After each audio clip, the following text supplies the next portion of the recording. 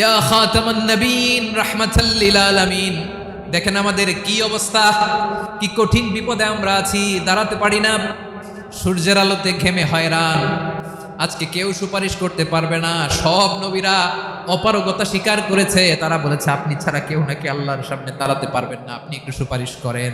বিশ্বনবী বলবেন আসো আসো, আজকের দিনে আমি ছাড়া আল্লাহর সামনে কেউ দাঁড়াতে পারবে না।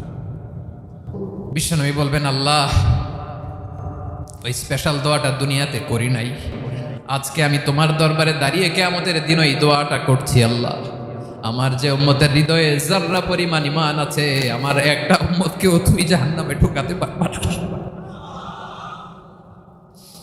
বিশ্বনবী পাগলের মতো একবার হাউজে কাউসারে যাবেন, একবার সিরাতে যাবেন, একবার পুলসিরাতের দিকে, একবার হাউজে কাউসারের দিকে পাগলের মতো দৌড়াতে থাকবেন।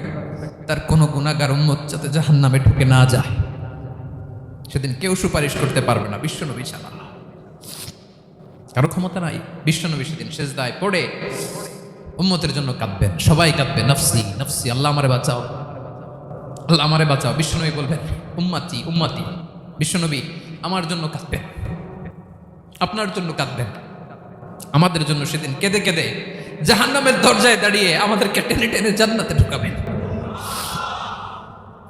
এজন্য এই বিশ্বনবীর ভালোবাসা যেন আমাদের হৃদয়ে ভরপুর থাকে। আমার ভাইয়েরা, প্রতি শুক্রবার বিশ্বনবীর উপরে বেশি বেশি যেন আমরা দুরূদ পড়ি। আমরা যখন বিশ্বনবীর সালাম দেই, দুরূদ পড়ি,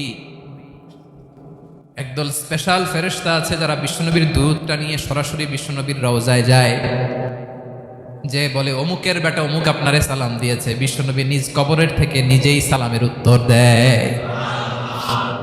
বিশ্বনবীর ভালোবাসা যেন আমাদের হৃদয়ে থাকে, বিশ্বনবীর সুন্নাহ দিয়ে যেন আমাদের জীবনটাকে সাজাই। পারা যাবে ইনশাআল্লাহ।